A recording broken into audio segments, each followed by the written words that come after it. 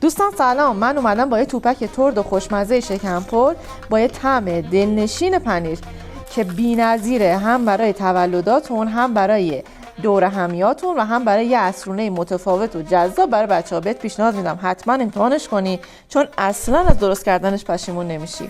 درست کردن این توپک پنیری خیلی راحته. تو مرحله اول 2 تا پیمونه برنج رو با 2 برابر آب کته گذاشتم تا حسابی کته بشه، با یه مقدار زردچوبه، بدون نمک، بدون روغن.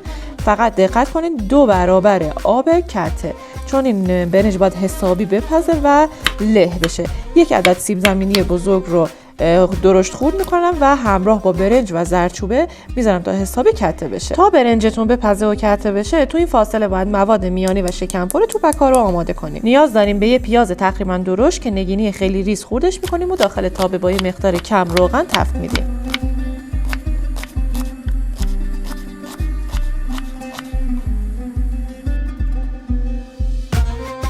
یه نکته هم بگم که برای تفت دادن مواد شکم‌پر از روغن زیادی نباید استفاده کنید، چون هم پیچیدن اینا سخت میشه، هم موقع سرخ کردن داخل روغن ممکنه از هم بپاشه. پیاز که یه مقدار سبک شد، بهش سینه مرغ نگینی ریز شده رو اضافه می‌کنید. یه مقدار که تفت خورد، ادویه‌ها که شامل پودر سیر، پاپریکا، نمک و فلفل به مرغمون اضافه میکنیم و یه مقدار دیگه تفت. حالا بغل همون مرغا یه جا باز کنین و قارچ رو اضافه کنین و بذارین کاملا آب قارچ کشیده بشه.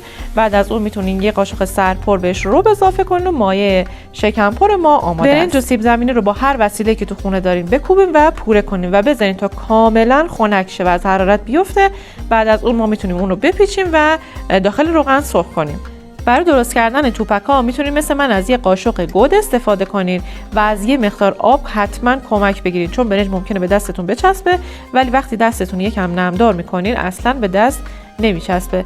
از به مایه برنجیتون داخل قاشق بذارین و یه مقدار از مایه شکم‌پر وسطش بذارین، دوباره روش رو برنج بذارین، با آب حتما سطح توپک ها رو صاف کنین که داخل روغن وقتی میره ترک نخوره و راحت میتونید داخل روغن سرخشون کنین. اصلا هم به هم نمیچسبن و خیلی هم ترد و خوشمزه میشه. سعی کنید حرارت روغن بالا باشه و توپک‌ها تو روغن شناور باشن تا روغن زیادی رو به خودشون جذب نکنن. بعد از اون هم میتونید روی دستمال آشپزخونه بذارید تا روغن اضافهشون گرفته بشه. توپک‌ها که سرخ شدن داخل یه تابه بچینید و روش رو پنیر موزارلا بریزید، با یه مقدار کم آبیشن در به تابه چند دقیقه بذارید تا پنیر آب بشه. توپک پنیری شکم‌پر شما آماده است. اگه درستش کردین لطفا نظراتتون رو برام بفرستین. کانال منو سابسکرایب کنیم تا ویدیوهای بعدی همراه با من باشین. ممنونم که وقتتون رو به من دادین.